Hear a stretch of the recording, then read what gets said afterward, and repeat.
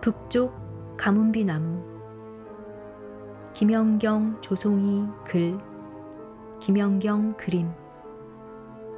낭독 김연경 조송이 베이나무.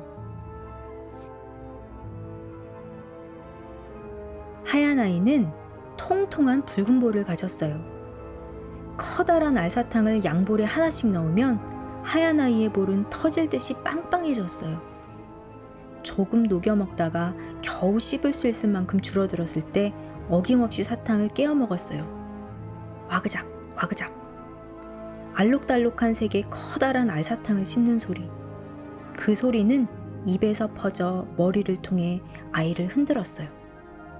하얀 아이는 그 소리가 몸에서 울리는 진동이 좋았어요. 하얀 아이의 마을은 북쪽 언덕에 위치해 있어 언덕마을이라고 불렸어요. 북쪽 언덕은 완만한 경사에 햇살이 고루들고 뒷산으로부터 내려오는 물줄기가 마을을 휘돌아 내려가는 아름다운 곳이었어요. 내려오는 물줄기는 마을 곳곳을 흘러가며 계절마다 온갖 꽃과 나무, 동물들을 키워냈어요.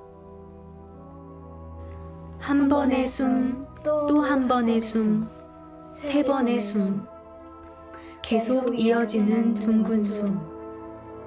숨은 둥글게 이어져 있어 시작과 끝이 없어. 모든 생명들은 각자의 리듬대로 마시고 내쉬며 보이지 않는 길을 만들지. 우리는 숨을 따라 멀리 멀리 여행을 떠나 낯선 바람과 흙, 바다를 만나고 설레고 떨려 박동을 치는 거야. 사랑과 아픔이 울려 퍼져 들이쉬어 우리 숨결을 나누지. 들이마시고 내쉬며 모든 걸 나누는 거야. 오늘도 초록빛 커튼을 드리워줄게. 구름처럼 머물다 가렴. 시원한 그늘 아래. 작은 아이는 언덕마을에 다녀온 뒤 자주 북쪽을 바라봐요. 북쪽에서 불어오는 바람에 숲의 냄새가 나는 듯해요. 아이는 오늘도 집 주변에 나무를 심어요. 엊그제 심은 나무 옆에 나란히 심어요. 세상에서 가장 작은 숲이에요. 북쪽 가문비나무라는 제목의 그림책입니다. 레지던시를 시작하고 나서 어떤 작업을 할까 고민을 했을 때 처음에는 몇 장의 이제 그림 작품을 전시해야지라는 생각을 했었어요. 화천에 화천에 와서 여러 곳들을 다니고 그리고 느낀 것들을 이미지 작업을 해서 그 그림들을 전시해야지라는 생각을 했었는데 후반으로 가면서 생각을 바꾸게 됐어요. 제가 그림책 작가로 활동을 하고 있기도 하고 그림책이라는 것이 보다 많은 사람들하고 나눌 수 있는 아주 좋은 매체이잖아요. 그리고 연령대에 상관없이 아주 어린 아이서부터 나이 드신 분까지 골고루 이제 다 볼 수 있는 그런 대중적인 매체이다 보니까 그런 장점을 이 기후변화라는 주제랑 잘 맞겠다, 너무 좋겠다라는 생각을 했어요. 그림책으로 작업을 해야 되겠다라는 생각을 후반에 하게 되면서 뒤늦게 그림책 작업으로 방향을 바꾸게 됐고요. 그래서 글을 쓰고 그리고 그림을 그리고 그림책 작업을 하게 됐습니다. 예술가이기 이전에 이제 그 한 사람이잖아요. 이 시대를 살고 있고 이 땅에 살고 있는 사람으로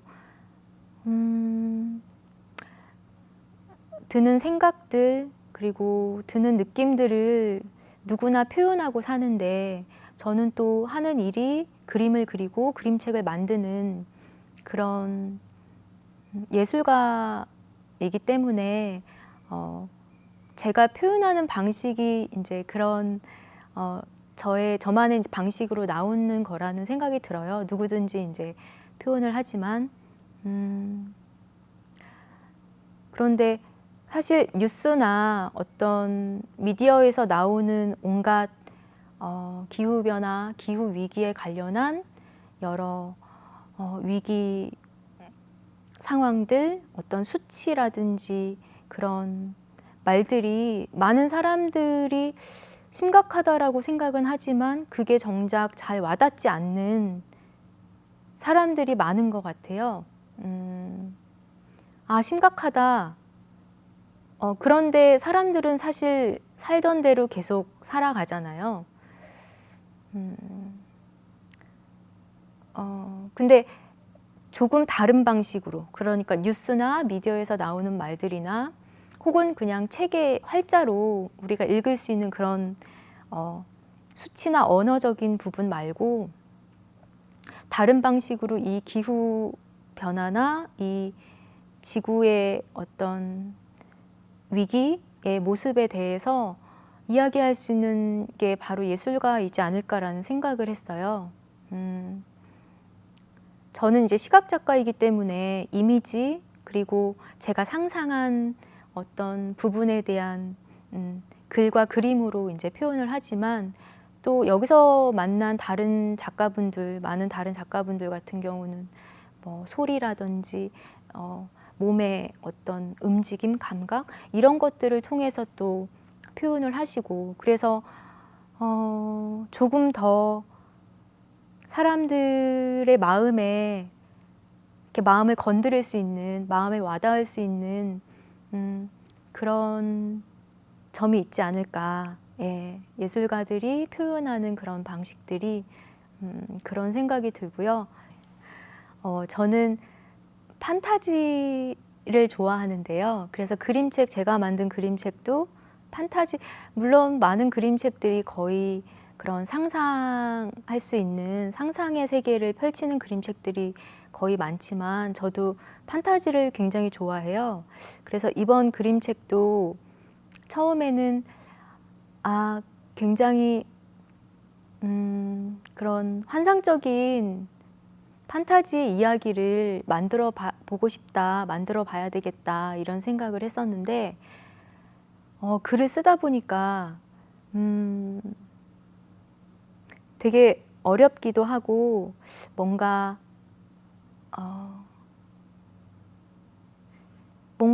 정말 지금의 이런 기후변화의 이야기가 사람들 안에 현실로 확 와닿았으면 좋겠다라는 생각을 하게 됐어요. 그러면서 그런 판타지의 이야기를 하되 어떻게 잘 내 현실로 그 얘기를 가져올 수 있게 할 수 있을까 이런 고민을 하게 됐는데요. 그래서 여기에는 작은 아이와 하얀 아이라는 두 아이가 등장을 해요. 작은 아이는 작지만 굉장히 용감한 아이예요.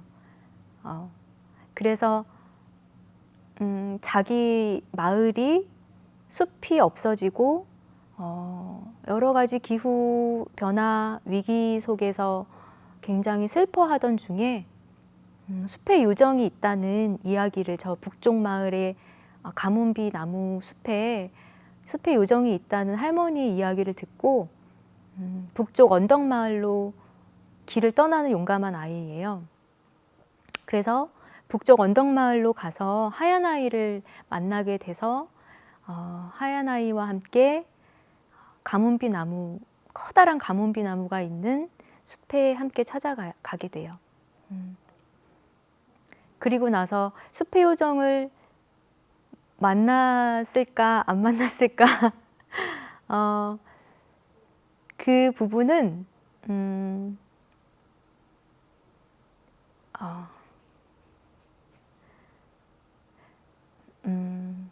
숲의 요정은 사실 만나지는 못했지만 숲의 이야기, 숲의 노래를 듣게 되는데 그게 어떻게 보면 숲의 요정일 수도 있고 그리고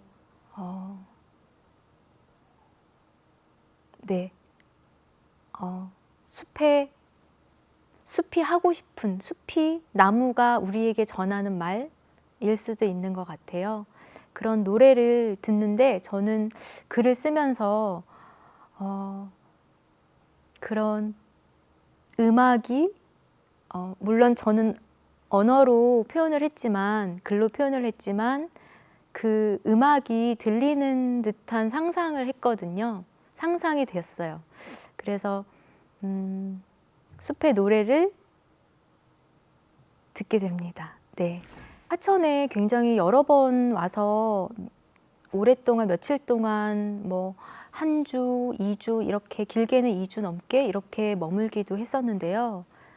화천이 저는 딱 처음에 화천에 왔을 때 굉장히 작지만 굉장히 단정하다라는 느낌을 받았고 동시에 굉장히 야생적이다라는 느낌을 받았어요. 그 두 가지의 단어가 되게 배치되는데 모순적이지만 저는 그렇게 느꼈거든요.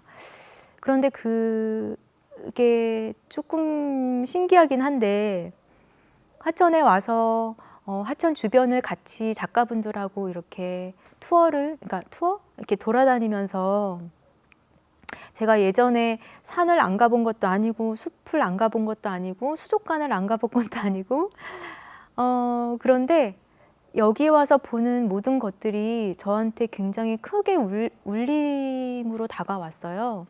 이유는 잘 모르겠지만 제가 화천에 와서 느꼈던 그런 야생성과 관련이 있지 않을까 생각이 들거든요.